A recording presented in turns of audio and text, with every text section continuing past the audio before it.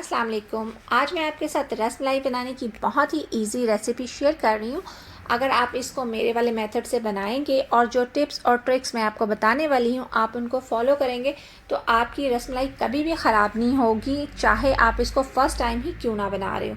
तो चलें जी, रेसिपी को करते हैं स्टार्ट। सबसे पहले आपने ले लेना है एक खुला बर्तन, उसमें आपने डाल देना है 1 लीटर दूध। और ये जो दूध है ये फुल क्रीम दूध है, आपने जो है वो फुल क्रीम दूध लेना है। पूरा दूध डालने के बाद हम इसमें ऐड कर देंगे पाउडर मिल्क, और यहाँ पे मैंने 1/4 कप जो है पाउडर मिल्क ले लिया है और वो भी आपने इसमें डाल देना है और आपने कर लेना है इसे अच्छे तरीके से मिक्स। और अभी मैंने देगची को जो है वो चूल्हे पे नहीं रखा, क्योंकि अगर आप ये पाउडर मिल्क डाल के इसे देगची को रख देंगे चूल्हे पे तो इसमें लम्स पड़ जाएंगे। तो पहले आपने जो दूध है उसे मिक्स कर लेना है और उसके बाद आपने इसको चूल्हे पे रखना है। यहाँ पे मैं इसमें 4 टेबलस्पून शुगर के ऐड कर रही हूँ। आप अपने टेस्ट के अकॉर्डिंग ज़्यादा या कम शुगर इसमें ऐड कर सकते हैं। शुगर को भी मिक्स कर देना है आपने इसमें और उसके बाद आपने इसको रख देना है चूल्हे पे। यहाँ पे जो चूल्हे का फ्लेम है वो हाई पे है। जब इसे हाई फ्लेम पे एक बॉईल आ जाए तो आपने इसमें ऐड कर देना है 1/4 टीस्पून इलायची पाउडर और साथ में आपने इसमें डाल देना है 1 पिंच ज़ाफ़रान। अगर आपके पास ज़ाफ़रान अवेलेबल हो तो आप डाल दें, अदरवाइज़ आप इसको स्किप कर दें। उसके बाद आपने जो दूध है इसको हल्की आंच पे पकने देना है और इन बिटवीन जो है ना आपने इसमें चम्मच जो है वो चलाते रहना है, क्योंकि हमने इसमें पाउडर मिल्क डाला है। अगर आप इसे चम्मच नहीं चलाएंगे इसमें तो ये जो आपका दूध है वो नीचे लग जाएगा। तो जितनी देर तक ये दूध जो है पक रहा है हम बना लेते हैं इसकी रस मलाइयाँ। तो उसके लिए मैंने ले लिया है 1 कप पाउडर मिल्क और मैंने ये नीडो का मिल्क लिया है। नीडो मिल्क पाउडर से जो रस मलाई है वो एकदम परफेक्ट बनती है। तो साथ में मैंने ले लिया है 1 टीस्पून बेकिंग पाउडर, और आपने भी बेकिंग पाउडर लेना है, इसकी जगह आपने बेकिंग सोडा बिल्कुल नहीं लेना। साथ में आपने ले लेना है 1 टेबलस्पून मैदा और फिर आपने ले लेनी है एक डिश जिसमें आपने डाल देना है ये 1 कप जो है नीडो मिल्क पाउडर, साथ में 1 टीस्पून बेकिंग पाउडर और 1 टेबलस्पून मैदा लेकर आपने इन तीनों जो हैं ड्राई इंग्रेडिएंट्स इनको कर लेना है आपने अच्छे तरीके से मिक्स। उसके बाद आपने करना क्या है कि इसके बीच में आपने बना लेना है एक होल और फिर आपने इसमें डाल देना है 1 टेबलस्पून मेल्टेड घी। और यहाँ पे मैंने एक मीडियम साइज़ का एग ले लिया है। एग को जो है आपने जो है अलग से प्याली में डाल लेना है और इसको अच्छे तरीके से फेंट लेना है।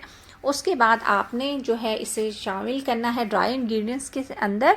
आपने इस तरीके से ग्रेजुअली इसमें एग ऐड करते जाना है और एक सॉफ्ट सी डो जो है वो आपने बना लेनी है। और ये डिपेंड करता है आपके एग के साइज़ पे।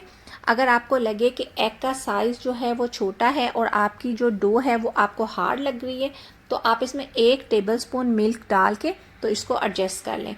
और अगर आपको लगे कि जो एग है उसका साइज़ बड़ा है और आपकी जो ये डो है ये लिक्विड ही हो रही है तो आप जो बाकी एग बच गया है उसको आप छोड़ दें।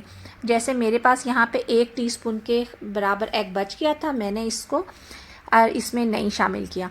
अब जो ये डो है आपने हाथों पे लगाना है थोड़ा सा ऑयल और इस तरीके से डो को हाथों के दरमियान में रख के आपने इससे जो है इसकी एक शेप दे लेनी है।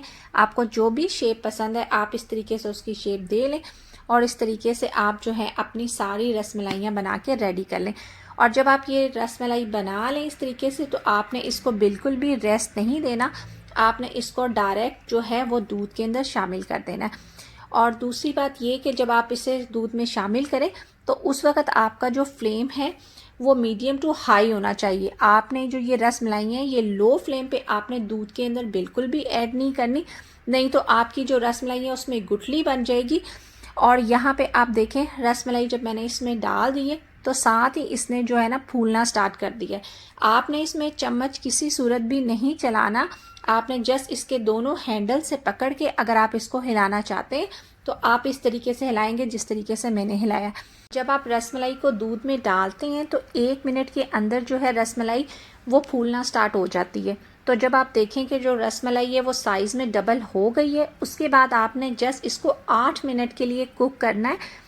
मीडियम टू हाई फ्लेम पे, और आपने इसको बस 8 मिनट ही पकाना है। इससे ज़्यादा आपने इसको नहीं पकाना, क्योंकि आपने रसमलाई को पकाना है, गलाना नहीं है। यहाँ पे रसमलाई को पकते हुए 8 मिनट हो चुके हुए हैं, तो मैं इसमें ऐड कर रही हूँ कुछ ड्राई फ्रूट, जिसमें मैंने 2 टेबलस्पून जो है बादाम ले लिए थे और 2 ही टेबलस्पून मैंने पिस्ता ले लिया था।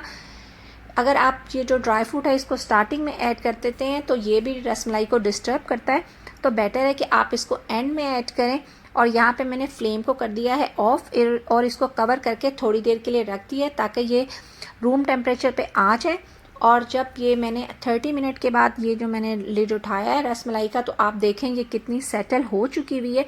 तो जब इसकी जो स्टीम निकल जाए उसके बाद आपने इसको ट्रांसफ़र करना है अपनी सर्विंग डिश पे, क्योंकि अगर आप इससे पहले फ़ौरन ही रसमलाई को आप जो है डिश आउट करने की कोशिश करेंगे तो हो सकता है कि आपकी रसमलाई टूट जाए।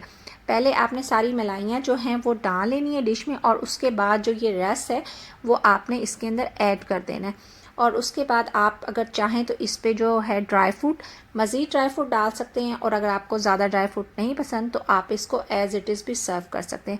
उसके बाद आप इसे 4 से 5 घंटे के लिए आप इसको रेफ्रिजरेटर में रखें, और उसके बाद आप इसको ठंडा ठंडा सर्व करें। तो ये अब मुझे उम्मीद है कि आपको और आपके घर वालों को बहुत पसंद आएगी। और आप ये देखें, ये जब 4 घंटे के बाद मैंने इसे फ्रिज से निकाला है तो ये देखें ये कितनी ज़बरदस्त जो है रसमलाई जो है वो रेडी हो गई है, और दूध भी देखें कितना जो है वो थिक हो गया है। आप भी इस सेम तरीके को फॉलो करते हुए रसमलाई बनाएं तो आपकी रसमलाई बहुत अच्छी बनेगी। बस इसके साथ ही लूँगी आपसे इजाज़त, मिलूँगी नेक्स्ट व्लॉग में, तब तक के लिए अल्लाह हाफिज़।